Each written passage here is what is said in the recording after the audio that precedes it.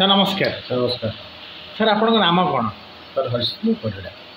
ଆପଣ ସାର୍ କ'ଣ ସମସ୍ୟା ନେଇକି ଆମର ସୁପ୍ରିମ ବେସିଂ ଚାରିଟେବଲ୍ ଟ୍ରଷ୍ଟକୁ ଆପଣ ଆସିଥିଲେ? ଆସିଥିଲେ ହାତଟା ଝିମଝିମ ହେଉଥିଲା, ପାଖରେ ବାଁ ପଟ ହାତଟା ପୁରା କାନ୍ଧ ପାଖରୁ ଲେଫ୍ଟ ହ୍ୟାଣ୍ଡ ଝିମଝିମ ହେଉଥିଲା। ଆପଣଙ୍କର କାନ୍ଧ ପାଖରୁ ବାଁ ହାତକୁ ଝିମଝିମ ହେଉଥିଲା। ଆପଣ ଯନ୍ତ୍ରଣା ନେଇକି ଆମର ସୁପ୍ରିମ ବେସିଂ ଚାରିଟେବଲ୍ ଟ୍ରଷ୍ଟକୁ ଆପଣ ସମସ୍ୟା ନେଇକି ଆସିଥିଲେ। ଜୁଲାଇ ମାସରେ ଆସିଥିଲେ। ଆପଣ ଜୁଲାଇ ମାସରେ ଆସିଥିଲେ।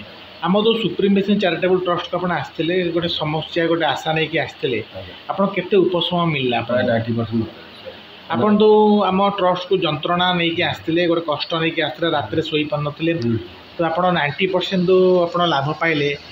ଏବେ ଯେଉଁ ନୂଆ ଲୋକମାନେ ଆମ ଟ୍ରଷ୍ଟକୁ ଆସୁଛନ୍ତି ଗୋଟେ ଆଶା ନେଇକି, ଆପଣ ନୂଆ ଲୋକଙ୍କୁ ଆମ ସଂସ୍ଥା ପ୍ରତି କ'ଣ କହିବେ? ନା, ବହୁତ ବିଶ୍ୱାସ ଥାଏ ସାର୍, ଭଲ ହେଇଯିବ। ଆମେ ଦେଖୁଛୁ ତ ନିଜେ ଭଲ ହେଇଯିବ। ଭଗବାନ କରନ୍ତୁ, ଜଗନ୍ନାଥ ଆପଣଙ୍କୁ ଖୁସିରେ ରଖନ୍ତୁ, ଭଲରେ ରଖନ୍ତୁ, ନିରୋଗୀ ରଖନ୍ତୁ। ଜୟ ଜଗନ୍ନାଥ।